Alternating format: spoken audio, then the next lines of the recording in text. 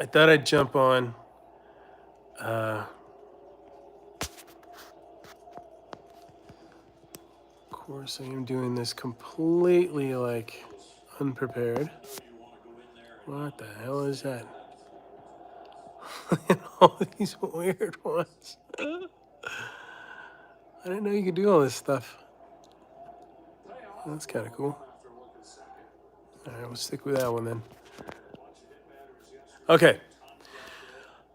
Thought I'd jump on because I thought what Dwight Howard said the other day was interesting. I think he was on the Gills Arena podcast. Sorry, I'm moving around because it's kind of an odd position for me.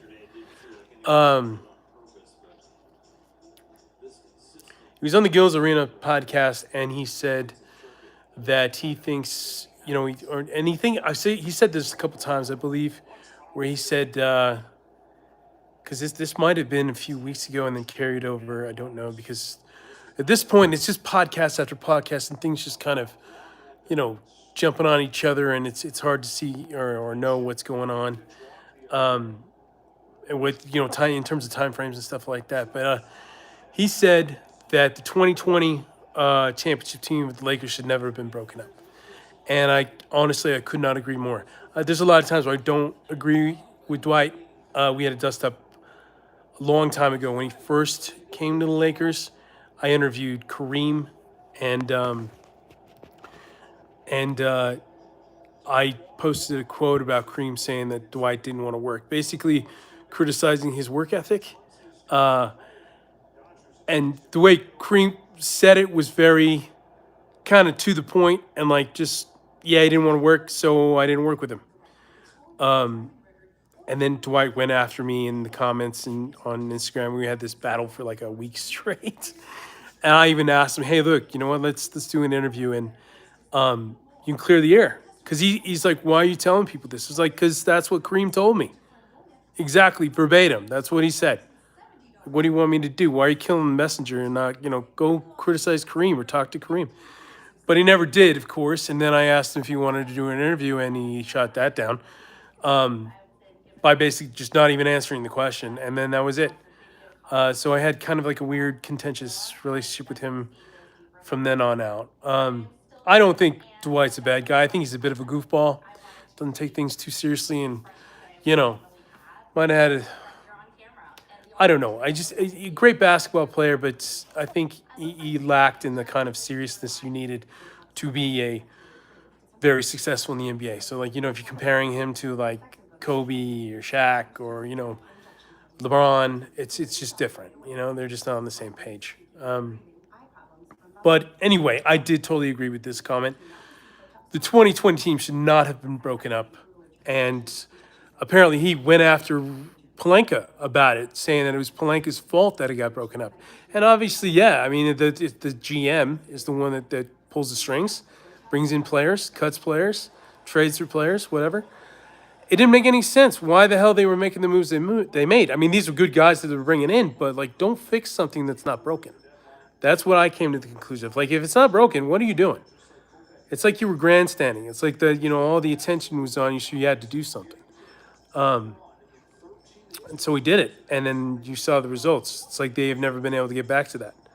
They had a great core. They had, Rondo, LeBron, AD, Dwight, JaVale McGee. They had great role players on top of stars. It was the perfect mix of size and experience and IQ. With the LeBron and Rondo alone was crazy, right? I mean, I never thought Rondo would ever become beloved among Lakers fans because he just, was Boston through and through. But he did. He won him over. He won me over. That surprised me. I didn't like him for a long time. I'm sure a lot of you didn't like him either. Whoa. I don't know what the hell just happened there. I hate holding this shit like this, but it is what it is. Anyway, so I totally agree with him. Shouldn't have been broken up. And then I thought it was even crazier that, Dwight says crazy things anyway. So, you take it with a grain of salt. But when Phil Handy went and commented saying facts, that they should have never broke up that team. I was like, damn, there's a lot more to this. In fact, somebody should do a deep dive, maybe me, I don't know, and figure out what the hell happened and how people felt about this team getting broken up and their chances of winning back to back. Or Dwight gets a little wild. He's like, thinking it was a dynasty they were breaking up. You're not a dynasty until you've won 3 in a row, I would say, is the prerequisite for that. It's like that's what the Chiefs are trying to do right now. They're trying to win 3 in a row. The Lakers were a dynasty with Shaq and Kobe, 3 in a row. Jordan did it twice. There's others. I would even say the Rockets were probably a dynasty with Hakeem, right? Those back-to-back titles there. San Antonio, just from that sustained success, over that amount of time with Duncan.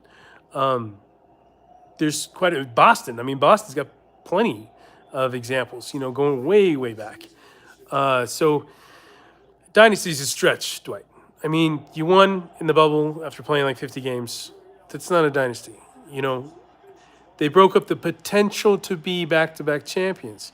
They broke up the potential to go, further than that. But dynasty, let's, pump the brakes there. Because you have no idea what that team would have done the next season. They would have been great. I think they would have been great. I think they would have had a great chance of winning. To be honest with you, I don't even know who won the next season. I can't remember. I think it was Toronto, maybe. Was it Toronto? And then things got crazy with Kawhi coming. No. That was before. Damn, I'm getting my timelines all mixed up. After the pandemic, everything got crazy, man. Like in terms of remembering timelines and all that crap, it just seems so, just chaos. I'm sure everybody can relate. But, yeah, I think definitely there's a huge, probably, I'd say number one's the biggest mistake Pelinka made was Russell Westbrook. And then number 2 was breaking up that team. The more discussion that's had, and maybe the more people that come out like Handy, or maybe one of the players, or another coach, say Frank Vogel comes out and says something, which he'd be free to do right now. He's not on a team. In fact, I might try to reach out to him, see if I can get him to talk. But yeah, that was a big mistake. I'm saying it could get in that conversation where that was the worst thing he did. Pelinka, breaking up something that you didn't need to break up, which is unfortunate. I love that. That team was great. That team was really fun to watch. They were like a well-oiled machine, and it sucks that the whole pandemic kind of screwed everything up. But at least they still came out on top, and there's a 17th banner, won by the team. But what do you guys think? Leave a comment. Tell me what you think. I'll respond. As long as it's not crazy, outlandish, or just plain ridiculous. I think 2020, getting that team to break up, or all the core pieces, or Dwight going. I mean, you guys remember the whole Dwight signing but not signing, and then all of a sudden it fell apart in the last minute. It was just very strange. It was a really strange instance, really strange time in general. But yeah, leave it in the comments. Follow me for more because I'm going to try and do a lot more of these. Later.